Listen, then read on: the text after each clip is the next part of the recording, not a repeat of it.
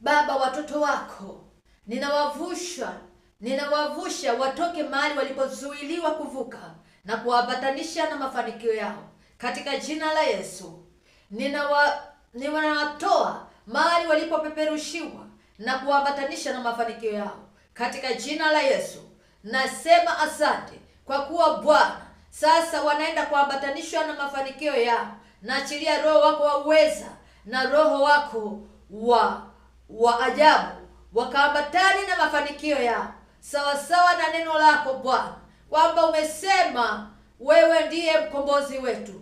Bwana, kawapiganie watoke mahali waliposuiliwa kuvuka, wakutane na mafanikio yao. Watoke mahali walipopeperushiwa, uambatane na mafanikio yao katika jina la Yesu. Pokea mafanikio yako na baraka zako kutoka kwa Mungu aliye hai, mkombozi wako. Amen. Haleluya. Bwana Yesu asifiwe. Mtazamaji wangu mahali popote ulipo, Mungu wa mbinguni anakupenda sana. Mungu amenikutanisha mimi na wewe majira haya ili uweze kujua kwamba Mungu wa mbinguni husema na watu wake kwa namna ya tofauti. Kabla sijajua Mungu amenipa kufanya kitu gani cha kihuduma ya Roho Mtakatifu, nalipata shida sana.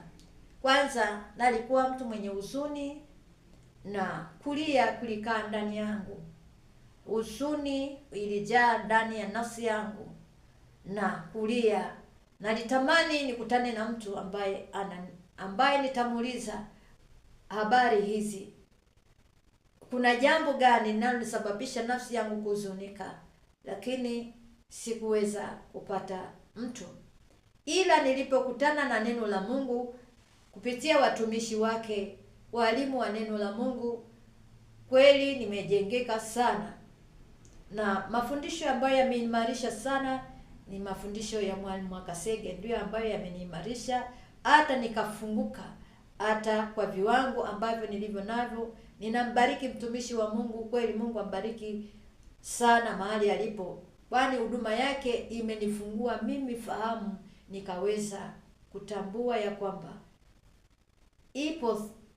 lipo neno la uzima ambalo lipo ndani yangu. Nikafahamu ya kwamba ipo nguvu ya Roho Mtakatifu na neno lake na dhahabu iliyo safi. Basi nilipoanza kuchukua hatua